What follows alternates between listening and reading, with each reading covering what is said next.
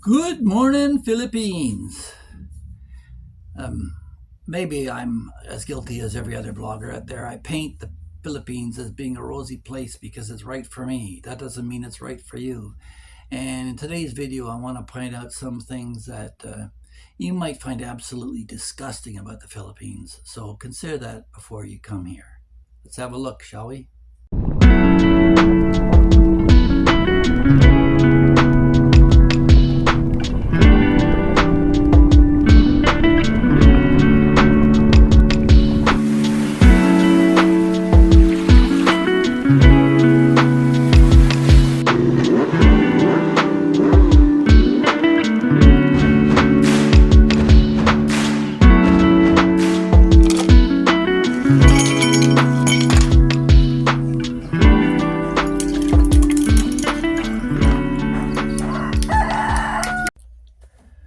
Okay, there's a list here. It could be longer, but let's start off with the top 10 things that you're going to come across here in the Philippines, starting off probably with the least offensive or uh, most likely to be expected, going to the absolute worst.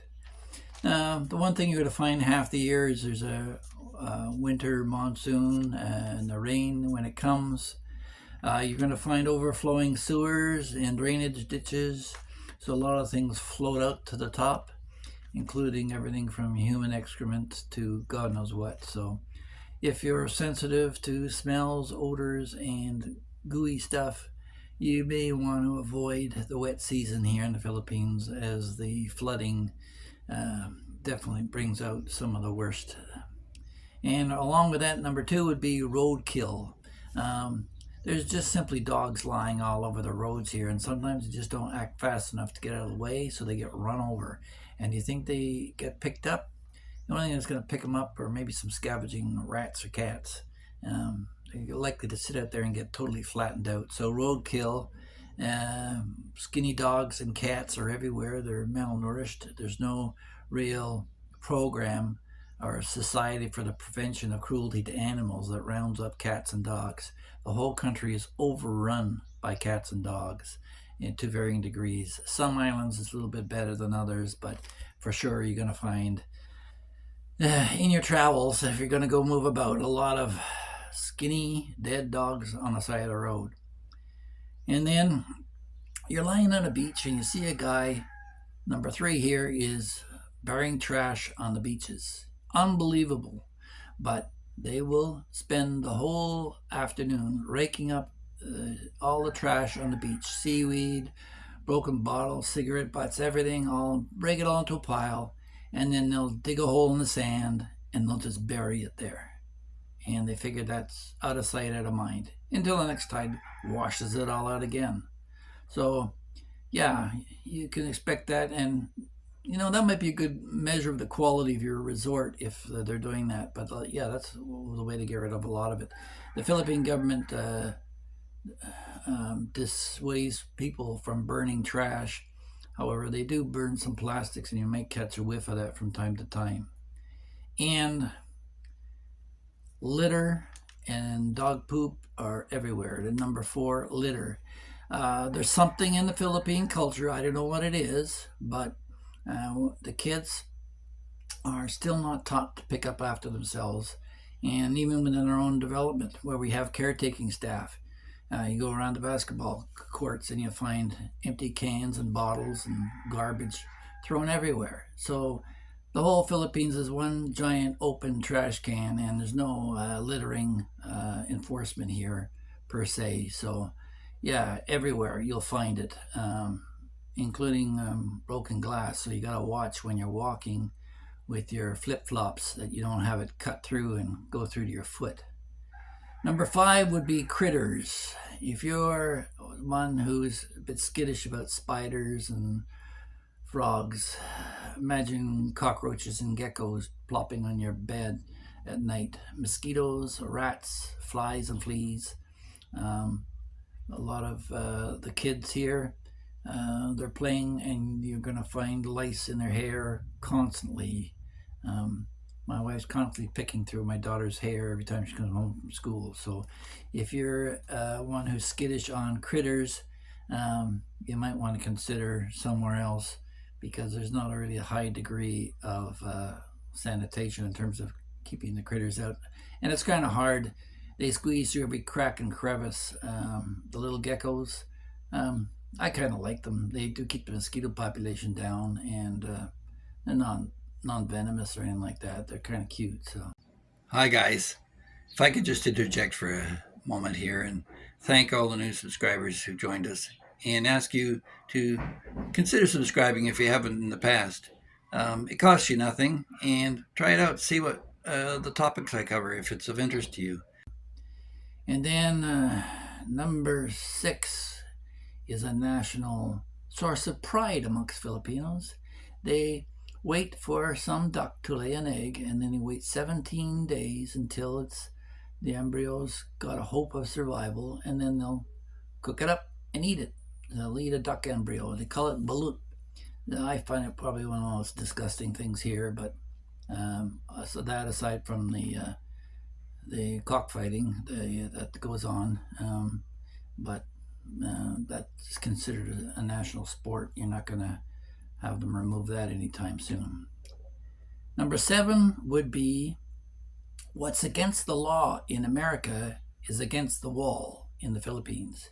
Yes, public urination is a thing here. Many times I've seen a taxi driver just pull over the side of the road, stop, and have a piss against the wall midway through delivering a fare, and think nothing of it.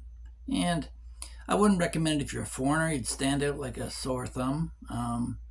Maybe they're small enough you don't spot them here in the Philippines, but as a Westerner, you're going to stand out. So I wouldn't encourage you participating in that activity. And number 8 is, we're getting up there now, is the hospitals. When we had our first child here, I was unaware of the circumstances of the common maternity ward and thought nothing of it, and learned quickly that you really want to have a private room. A friend of mine, an acquaintance of mine, recently had a baby, and took my advice and got a private room for his wife, thank God, because the hospitals, there's no soap. You go in the maternity wards, there's no soap by the sink, there's no hot water, nothing to wash your hands with. And in fact, in the maternity ward at nighttime, the feral cats would crawl in through the windows, the open windows. No screens in the windows to keep the mosquitoes out either. And that's in the hospitals here in the Philippines. So now the operating theaters and the places requiring your direct attention are probably a heck of a lot cleaner, but the wards themselves, they're a nightmare. So don't expect to go there unless you're rubbing alcohol with you to clean your hands. And speaking of hands, number 9, this is probably the most irritating thing, is you'll get a knife. No, you won't get a knife, sorry. You'll get a fork, you'll get a spoon with your meal. You'll have to ask for a knife and then have to go out and look for one. But eat with their hands? Yeah, they'll eat with their hands. They'll eat out of each other's dishes. And if you're living in a communal situation in the barangay, or where you're maybe in a compound where everybody's eating out of the same pot, you can imagine how quickly illness and disease would spread under a situation like that. So yeah, they eat with their hands. Now, some of them now in the restaurant trade have woken up to the fact, and they're now wearing cheap plastic gloves that are kind of one-off. They're clear plastic gloves, and people will eat their rice with this too. That's their methodology of thinking that they're going to be protected from any kind of illness. But yeah, eating with your hands is a thing here. Whereas in the West, I think there's only chicken and corn that we eat with our hands, as per Queen Elizabeth. And finally, number 10, no toilet seat, no toilet paper, no courtesy flush. If you decide to use a public washroom, which I strongly recommend you go before you leave the house, you're going to find some of the most disgusting places for relieving yourself in anywhere in Southeast Asia. It comes on par or worse than some of the other countries I've come across. So those are the 10 that I've come up with. What is your thing? If you're here in the Philippines, let me know in the comments what you find is disgusting or gross. And if you're someone with a weak stomach, no, the Philippines may not be for you. In fact, I've heard that some Filipinos, when they go to the West, their immune system is so strong they never get sick because they've been raised by this stuff. But then after living in the West for a couple of years, they come back home to visit family and they immediately fall sick because they've lost their immunity. So don't forget, don't drink the water ever. Get a good, reliable drinking water source. Bottled water, I would only drink out of that. And even when you go to a restaurant, when you're asking for ice, specify that the ice be made from purified water, because there's no point in drinking purified water in water that's made just from the ice that's just made from the tap.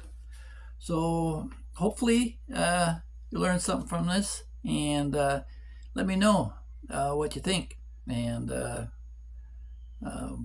we've grown now to over 1,500 subscribers. I'm surprised, but this is meant to be a hobby. We're not monetized. There's no membership for the Phil Cartmel experience. We're here to share our experience with you and not make a buck off you. So there's no members, there's no exclusivity. You're all members of the Cartmel family when you join us here on YouTube. So don't forget to come back and look at the other videos that we've got. There's over 850 of them from our journey from North America to the Philippines. And be sure to hit that subscribe button so that you don't have to go searching for us each time. So thanks again to the new subscribers. Welcome aboard, and we'll talk to you in the next one. Bye-bye.